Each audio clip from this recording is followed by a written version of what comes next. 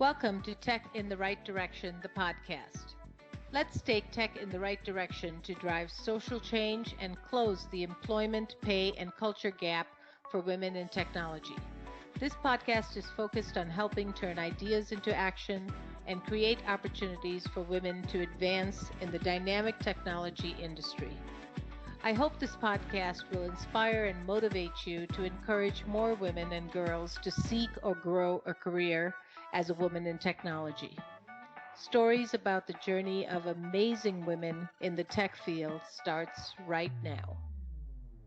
This week in our Women in Tech segment, I will be talking with Heather Doran. Raised in Las Vegas, Heather moved to the Northwest and graduated from the University of Puget Sound. Upon graduation, she started her career in the casino industry, managing casino events and slot marketing for MGM Resorts for nearly 10 years.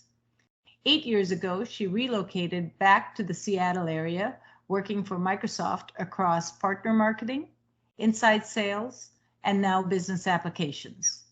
Heather's roles have included leading community strategy, experience marketing, branding, partner engagement, and compete strategy.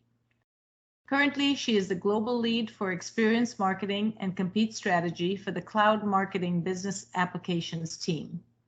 In her spare time, Heather enjoys traveling with her husband and 5-year-old daughter, playing cello, volunteering with youth and family charities, and listening to true crime podcast. Welcome to the show, Heather. Thank you so much. I'm so happy to be with you. Me too. So let's begin. Can you share with us a little bit about your career path in technology? Absolutely. It's a career path that I never honestly thought would ever happen. It's not even something I aspired to be in or an industry that I thought was attainable for me. So thrilled that I stumbled upon it and certainly has become a passion for me. And it began about 8 years ago. I'm coming up on almost 8 years in January being in the tech sector. And how I came upon the opportunity really just resulted from life circumstances where my husband got relocated with his career and we moved to the Seattle area. I obviously was then eager to look for work. I connected with an old friend and an old colleague from a different state that I used to live in who was at the time consulting with Microsoft and for Microsoft on Microsoft's largest partner event. At the time, it was called the Worldwide Partner Conference. And just as we all know, it's easier to find jobs when you know someone, and that's kind of what my circumstance ended up being. Mm-hmm. And I fell into initially a consulting role, consulting on the Worldwide Partner Conference with some previous event experience that I had. And so it was a wonderful foray into tech. It was a lot all at once. I'll never forget my first 6 months that were just like literally drinking from a fire hose. We use that term, but it was like swim fast, don't fail. How can I keep my head above water? And I'm so grateful for that experience because also being immersed into the partner ecosystem, particularly at Microsoft, which is hundreds of thousands of partners, and having that opportunity to connect with true entrepreneurs, it was just an amazing opportunity to then quickly learn about so many different segments and verticals and channels related to the tech industry. So that's how it began. Wow, that was really drinking from a fire hose. That was just a lot of information for a large organization, just jumping in with both feet into a whole new area. So kudos to you, just, for having that perseverance and tenacity to just stick with it and continue. Did you always know that technology was, somewhere in you, or did it really start to spark after you started at Microsoft? Exactly. No, I definitely did not have the spark. I had some preconceived notions and some, I think coming from a completely different industry, and I came from the hospitality sector. I always had, again, these notions that, well, the tech industry is for like really smart people. And, I am one that is the first person to say, I am a female that has had self-doubt. I am a female that has struggled with, you know, trying to kind of, how do I put up a front, or how do I fake it till I make it, instead of actually having that confidence to say, actually, I'm owning it, and I am successful, and I can do this, you know. And so throughout my career, and even in tech, I have, you know, struggled with, I think, those personality conflicts, and how we struggle to be successful and show up as our authentic self in the workplace. And so along those same lines, if as an outsider looking in, I always thought, I'm not smart enough to be in tech. I don't have the credentials or street cred to work in tech. That's not someplace I can work. I have an interesting story, though, real quick, related to that, which is, even before my transition to Seattle happened, I had a foreshadowing moment where I was working in the hospitality industry. I was with a colleague. We were out at lunch, and it was interesting. This was 6 months before I joined Microsoft. And we were at lunch, and she was telling me about her brother-in-law who worked at Microsoft, and he worked in the cloud business. And I said, wow, that's kind of amazing. And, you know, fast forward, I then learned that I'm moving to Seattle. I'm talking to her again. And I said, do you think you could connect me with your brother-in-law, since I happen to be moving to Seattle? I had a phone call with him. He talked about being in the cloud business. And I said, do you ever think someone like me could ever work at Microsoft or could ever work at tech? And he said something I'll never forget, which is, absolutely, you can do this. And just to hear from somebody who I admired, who was so much more senior, who was, you know, Harvard grad, like, to say, have him have confidence in me after one phone call really kind of put the energy in myself. And something else that I'm a big proponent of is telling the universe what you want. It sounds so cliche. You hear people like Maria Shriver and Oprah Winfrey say these things, but I'm such a proponent of it. And so as I was house shopping in Seattle, getting ready to move here, no job in sight, I saw the Microsoft office on Bellevue Way in Bellevue, Washington. My sister and I were going in there to have lunch, and I looked up at the sign above the elevator, and it said Microsoft. And it makes me kind of want to tear up, because at the time I told myself, I want to work there. And I turned to my sister and I said, I'm going to work there one day. And you know what? Visualized it. It took months. It was a visualization. It was a moment. I shared it with somebody that I confided in and trusted, and I said it out loud. And the world works in amazing ways, but it helped, I think, to manifest the idea that I could do it. So it's funny how little pebbles along the way can result in the big splash, the big moment. That's such a great story. And I too believe very much in manifesting and believing, you know, in what you want, because that's how you get there. And it's such a great story. I'm just like, you know, I got goosebumps listening to it. That's great. So, you know, we know technology is a very male-dominated world. Do you feel that women have the same opportunities as men in this world? I think when you see it, you believe it. And again, another euphemism that other people use, but I swallow those words because I know for myself, if I don't see a woman doing it, I do have like that doubt, or at least I question, what are the barriers that are blocking a woman from achieving that particular function or role? And so I love to consume information, and, you know, whether it be through social media or magazines or news articles, you know, about women breaking through barriers. I think it's a really powerful thing. And I think all women need to be proponents of that everywhere.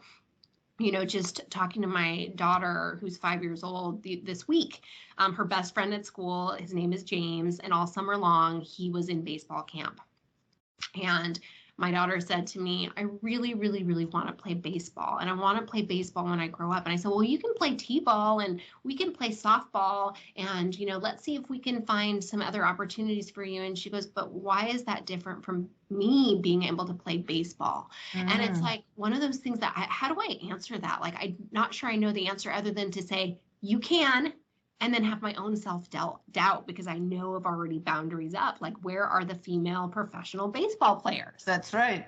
And That's right. And so, going back to your question, yes, we can, but yes, we will is more the message, because it's still yet to come in so many areas. There are still so many boundaries for women. It's important we champion those all the time, everywhere. It is heartbreaking to tell young children still there are those barriers up, and still there are not those opportunities and not enough opportunities. And so every day we've got to fight for that.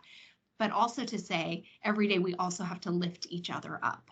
And I am so grateful and so lucky to work every single day side by side with my friend and mentor, Katie Quigley, who has been my manager at Microsoft twice in 2 different jobs over the course of 6.5 years. And she always lifts me up every day. My chain of command at Microsoft is all women. So my manager is a woman, my manager's manager is a woman, and my CVP is a woman. Wow. So grateful, all working women, all mothers, people I admire, people that I can aspire to be like, and everybody should have those opportunities to see that manifested before them. So, I think there's so much work to be done, and we have to help each other. And when I see, other teams, not the one that I work on, but other teams that I work with, where you don't see women lifting up other women, or you see barriers or blockers being put into place. The term mean girls, or, some of these terminologies or anecdotes that are out there, I see them being real in certain pockets and in certain places. And we as women just really have to help each other, but also going beyond that, we have to help underrepresented groups, no matter what they are or where they're at, whether they be people of color, whether they be marginalized communities of whatever ever type. I recently added, and not to go too far down a tangent here, Jennifer, but I'm just excited about this topic because I recently added a couple things to my signature line, if I may, just for 1 minute, about how we help each other and how we create inclusion, which is I added a little icon that said advocate for all. And that means that every day when I sign a signature to my email, that I'm going to advocate for those who may be underrepresented, or whose voice may not be as loud as others. And so I loved that because it's a reminder not only to myself, but it's telling others that I will advocate for them. And the second ad that I made to my signature line was I use she and her pronouns. So I put that sentence into my signature line. And the first day that I added that, I ended up sending a quick email to my husband at work. And, it happened to auto-populate my signature into my email. And I just sent him a little note about, hey, can you go do this for me? Can you run this errand? Can you pick up something from the grocery store? And my husband wrote me back and he said, what does that mean? And I realized, oh my goodness, in my own home, in my own house, even though this is all in my head all the time, whoa, I have work to do. And so guess what our conversation was at the dining room table? Honey, let me talk to you about inclusion. Let me talk to you about people who have different gender identities, or who have different pronouns that they want to be used about themselves. Sure, we are aware and we see things on the news, or we read articles in the magazine, but sometimes we forget that we're not actually talking about it in our own homes at our own dining room tables. And it was so important also for my 5-year-old daughter to hear that conversation, for my husband to have an aha moment, and for my husband to be able to see something manifested, which is I'm taking a step, even though, it is, I am somebody who is, female, and I perpetuate those pronouns, and I am average and typical in that way. But it is important for me to also have awareness that others, have different opinions and have different ways that they want to be seen by the world. And so it was just a reminder to me about that. I love that. I love those signature items. And now I have to think about how I want to change mine because not only does it remind you, it also sends a message, right? That everybody should do this, not just you. And so that's awesome. I love it. I also really liked when you said, we need to see it to believe it. And, I do a lot of work with STEM and girls ages 8 to 13. And really, a lot of times they don't have that visualization of what a career in tech looks like. And so we continuously interview and take them to places that they can actually see it in action so that they can aspire to do that type of a job. And I think we haven't done that well in the early ages of their growth, that they don't visualize. Yeah, I had spoken to my daughter's college group, which is a women in business group, and asked them about technology careers, and not one hand went up. And I thought, wow, it is too late at this point. We really need to build a pipeline early on, and I think we are behind on that. We really need to do a lot of work to get that there. And I think what your daughter said is just mind-blowing to me. It's so true. There are careers, there are sports just for boys, and why couldn't she play baseball? She could play baseball. So I love those analogies. So as a woman yourself in technology, can you share some of the challenges that you see or faced, and then how did you overcome them? Gosh, so many challenges that I see and that I'm facing even today. Gosh, I just feel like it's every day, all day. I mean, I hate to, I don't want to sound like a Debbie Downer because I'm not. That's not my personality.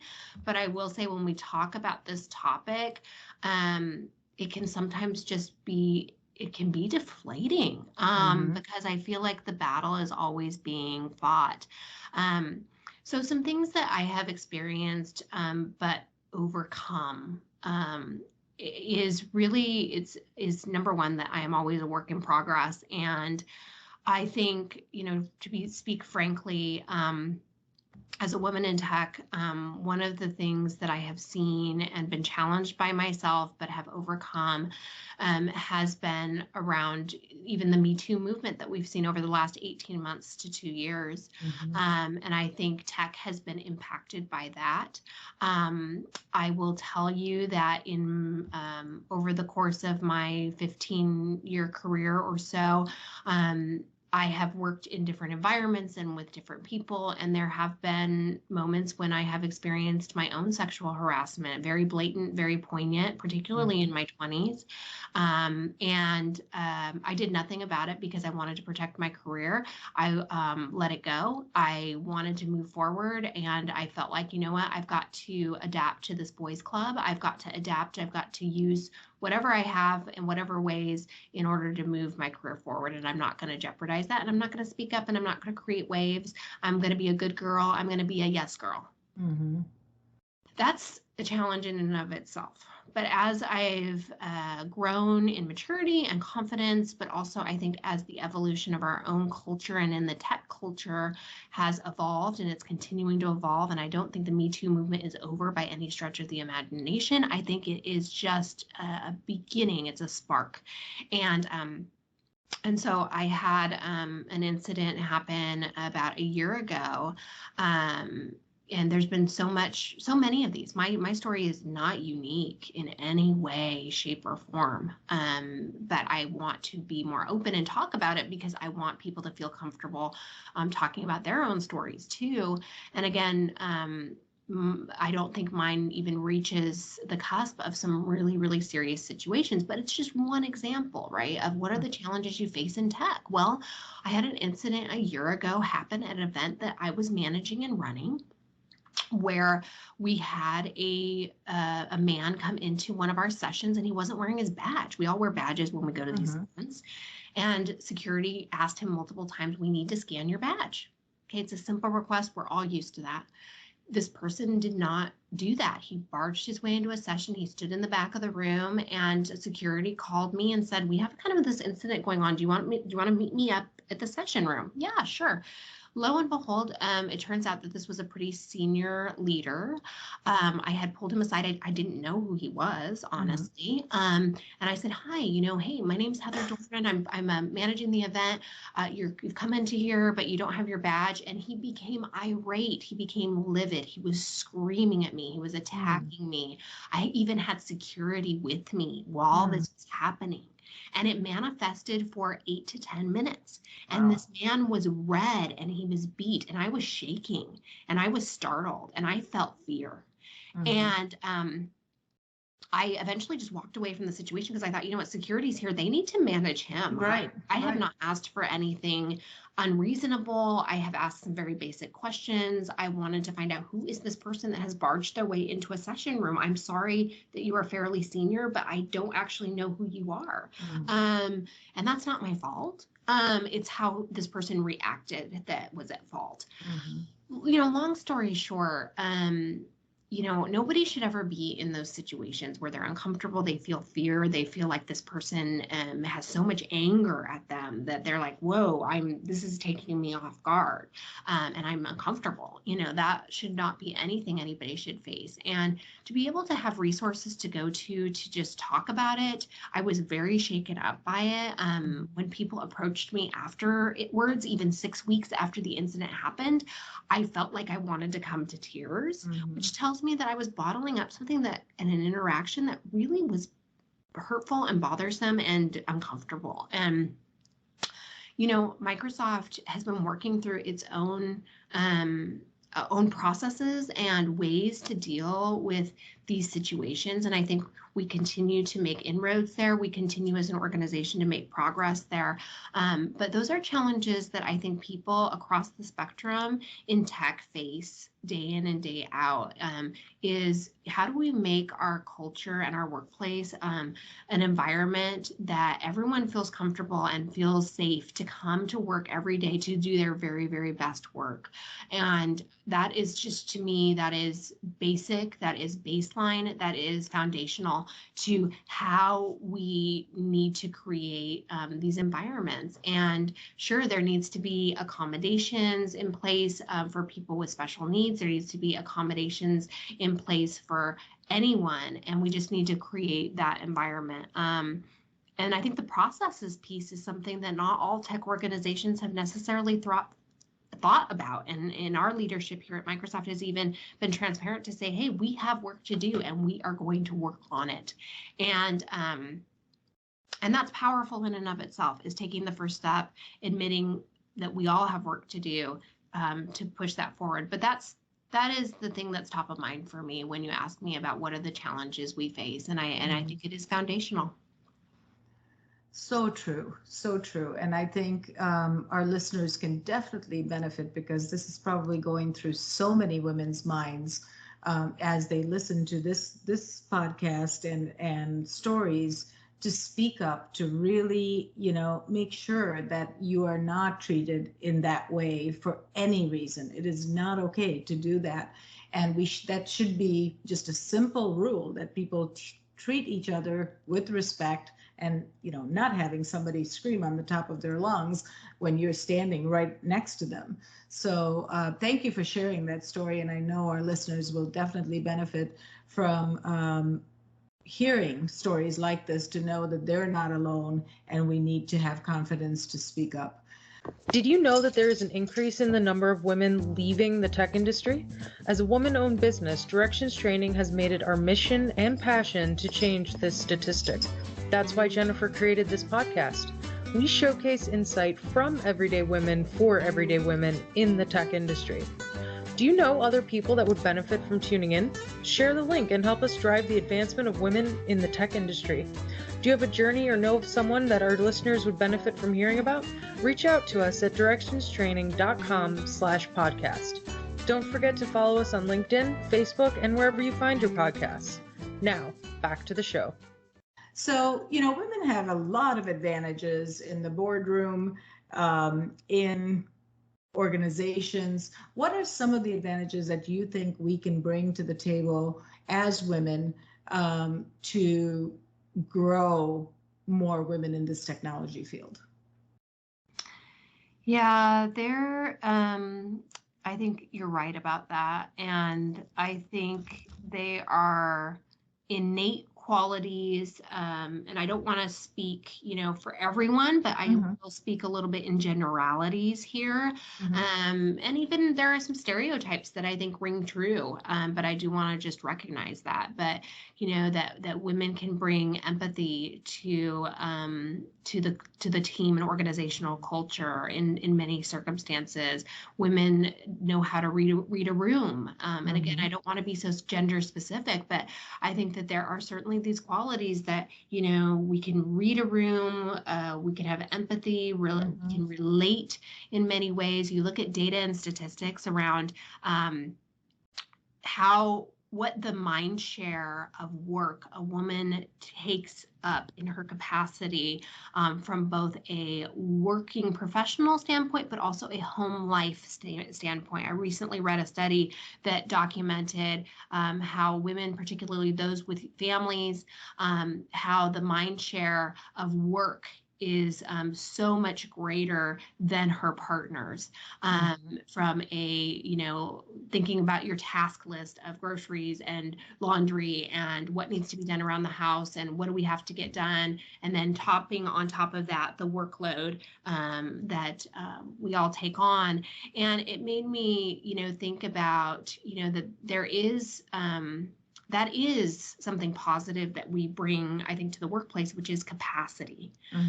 The capacity kind of take on multiple challenges, the ability to multitask. There are studies out there, again, speaking in generalities, that compare men and the way that their minds work in a way that I summarize as a dresser drawer, and they are able to compartmentalize certain things and put it in these various drawers. And whereas if you analyze a woman's brain, it's very intertwined. It's kind of like a roller coaster, and it's very intertangled. And some of the studies that I've read around this kind of manifest this to, again, generalities, but men having to have it very organized and black and white in some ways. And just, it's got to be very method oriented. Whereas for women, the ability to be able to multitask and consume a lot of different kinds of information at once and just be able to noodle on that and then bring sense of it. Those are some benefits that can absolutely make its way into the boardroom, make its way into a workplace. And I think we need to be able to be given the time and space to bring those qualities in their authentic and true form to the table.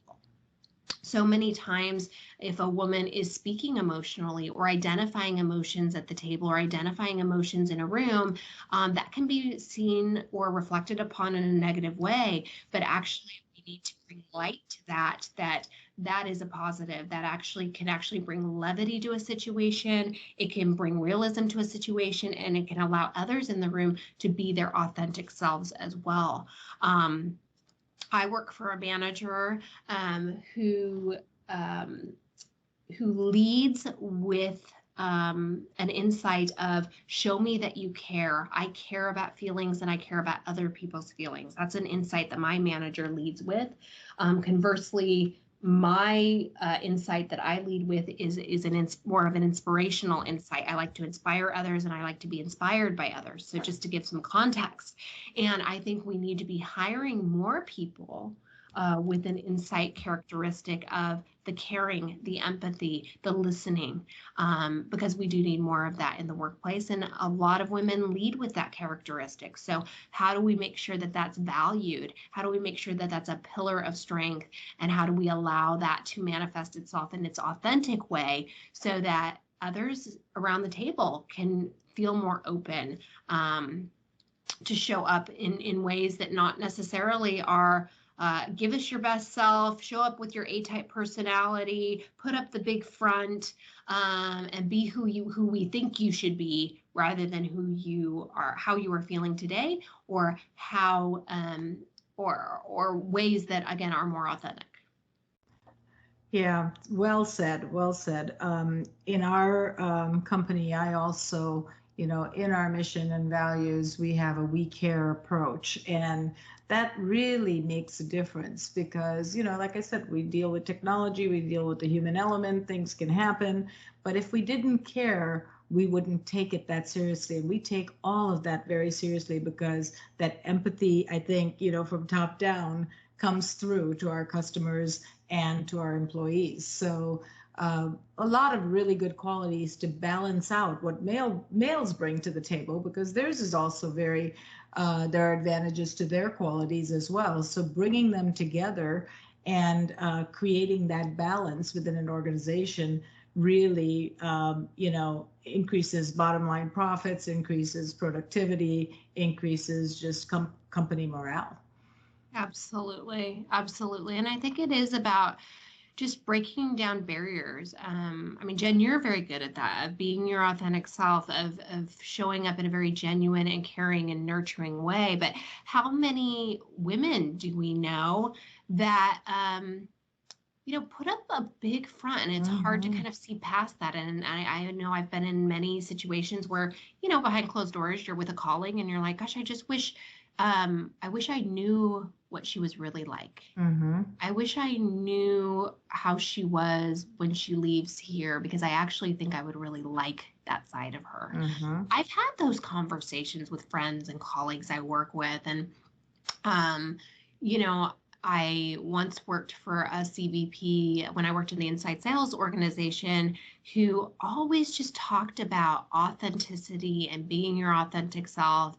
And, when you can admit your failures, you can admit when you're wrong, especially for leaders. Gosh, doesn't it just make you someone that you want to follow? Doesn't it just make them to be someone you want to follow? Absolutely. That you feel like, wow, okay, they're real. Yeah, see, authenticity and then vulnerability. I've been reading some of Brene Brown's vulnerabilities books, and they are just phenomenal because that's how we connect. That's how we can connect with each other and know, like you said, we have to lift each other up. And if we're your authentic self, we all make mistakes. We all are who we are. But if you have, your values and your caring and your empathy in the right places, everything is good. I'm all about it. And it's something I'm working on. It's something I'm growing beyond. It's something I'm testing my own self to see how comfortable or confident am I to share more or share with others. And I will overshare here on this call with you because I hope it'll help others, which is, I recently did a Instagram post on my Instagram, and I hashtagged it, "Make your mess your message." And I stole that from Robin Roberts from ABC Good Morning America. I follow her on Instagram, and she does these really inspirational social messages. So if you want to add her, I recommend it to the listeners, because she's all about kind of making your mess your message. Well, I've had 4 miscarriages in the last 18 months, and I went to go have surgery, and I was getting a lot of messages from colleagues of like, "Heather, where are you? Why aren't you answering this email?" I have an out of office message on, and it's this workplace culture. We talk about tech challenges. Well, one of the tech challenges is always this expectation of being always on, right? So here I'm out in surgery. I'm getting these emails from people of, it's like, I have an out of office on. Why aren't you respecting my out of office? And so I finally said, you know what? I'm going to go and post this on my social media that I'm in surgery. Here's a picture. Here's why. And then I hashtagged it, "Make your mess your message." Because you know what I said? All right, I'm feeling confident to overshare. I'm feeling confident to now just let people know where I truly am, so that maybe they'll stop emailing me, but also to also show up more authentic. And again, that's not for everybody, and I respect that tremendously. But it was my way of kind of, okay, I'm going to just put myself out there now. And you wouldn't believe how many people reach out to me privately and share their own personal stories and put personal testimony of overcoming their own challenges. And let me tell you, it's making bridges, it's forging relationships. And these are colleagues, these are people I work with, they're people that have been acquaintances that now I have a common bond with, and that now we can go forth and I think have just stronger, better relationships. That's amazing. Good for you. I think, that's something I strive to do, continuously, and it's still a work in progress because, you have to kind of know your audience, and sometimes you feel when can you be authentic and when can you not, but, Yes, right. but I try to just be myself all the time. And then if somebody doesn't like it, well, what can I do? Too bad. Yes. That's who I am. And you are really great at that. And yeah, I think that's certainly something that we're challenged with in the tech. Absolutely. Absolutely. And that always on is a whole different conversation that we can have Goodness, for yes. another show. So what advice would you're such a successful, very impressive woman and very smart, let me tell you.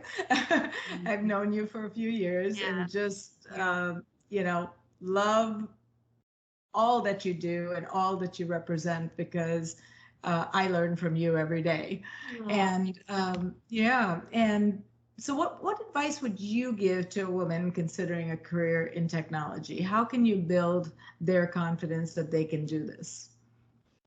I love that question because I think it's something, no matter at what level you're at in your career, no matter where you're at in your life cycle of career, I think you can always hear this, which is just don't give up. There are so many ebbs and flows, so many ups and downs with your career in general, but even in tech. I think tech is one of the most taxing industries you can work in. I talked about just previously the always on mentality. We are always on our devices. We are answering emails constantly when we're on vacation. It is a cultural phenomenon in the tech sector. I do believe more so than other industries. I do believe that. I've worked in 2 other industries besides tech. My husband works in a totally different industry. I've never seen the level of intensity, the level of momentum, the level of pressure outside of probably working in a hospital, which I always say, thank goodness I don't work in a hospital, but the always on, always having to be responsive, that level of pressure. And I will say that there are times in my career, I'll be transparent, I don't think I'm where I want to be yet. And I don't think I have gotten to where I want to be as fast as I would have liked. And I think that resonates with a lot of people and how people feel. I often look at peers or other colleagues and I always say, well, how did they get there and how come I'm feeling held back? And I'm like, what am I doing wrong? I mean, there's just so much self-doubt that can happen at any point in your career. And, I think where I'm at and what I would pass along is I think there have been a couple moments in my career where I gave up too soon or I got burned out too soon. And I said, I've just got to move on. And right now I'm in perseverance mode. Right now I am in it for the long haul mode. That's where my mentality or my mindset is. I'm in a mindset of I will not give up. I will not let this cave me. I will not just say, oh, I'm going to go try something new or I'm going to go into another role. I'm going to keep going. I'm going to keep down this path. I'm going to see what I can earn here and what I can achieve with what I have today. That's my new mindset. And that's great advice for, women, because you can get discouraged and it's easy to get discouraged when you push so hard and you give everything you have, but really to be perseverant, to have perseverance and just continue down the path, I think can lead to so much success. And sometimes we stop right before we can get there. Exactly. I think so too. And I think that's what I've learned. So I'm trying something different, right? I'm trying, whenever I've had 2 other moments in my career where I felt like I experienced severe burnout.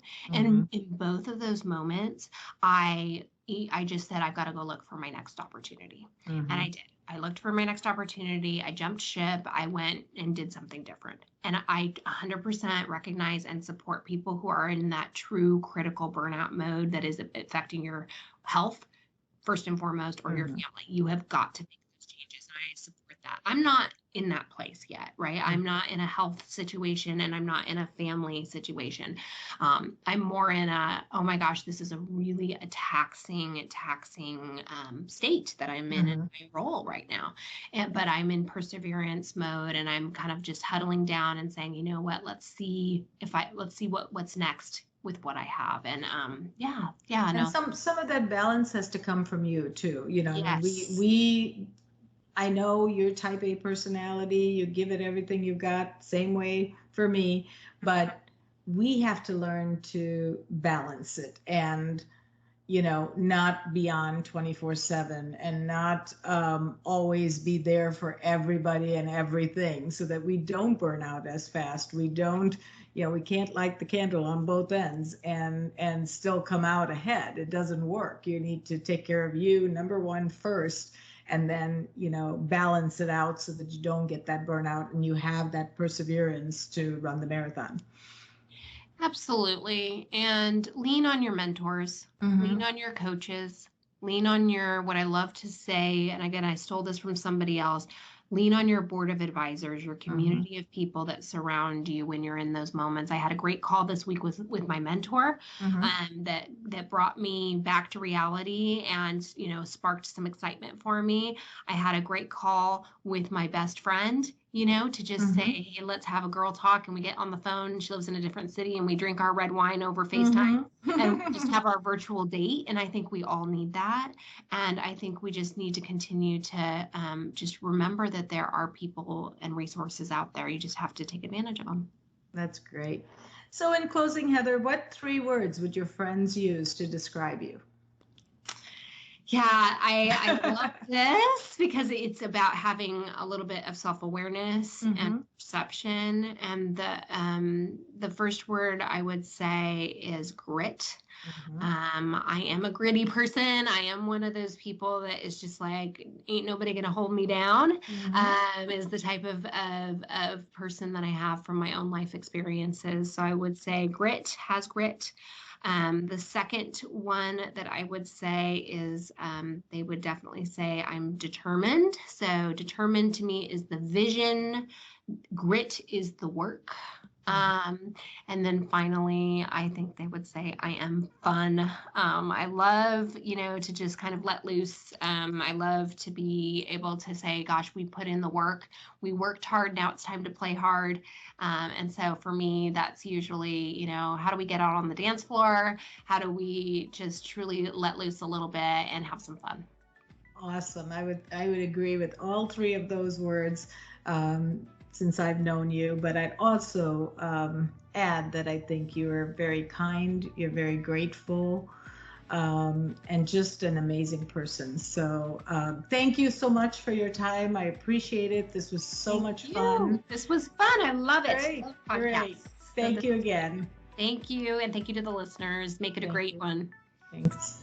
Thank you for listening to Tech in the Right Direction. Please take a minute to subscribe or follow so that you never miss an episode. Also, don't forget to like, share, and comment. Thank you. See you next week. From IT skill enhancements to end user adoption training, Directions Training is your resource to help optimize the effectiveness of your technology investments. Over 500,000 students have taken advantage of our wide selection of technology and business training solutions covering the most popular applications today, such as Microsoft 365, Azure, Windows 10, and more. As a podcast listener, we invite you to take advantage of an exclusive offer. Receive 30 days of free access to our Microsoft official curriculum on-demand courses for IT professionals or end users. Visit us at www.directionstraining.com/podcast to claim this offer today. Hurry, this offer is only available for a limited time. Success is a journey. Ask for directions.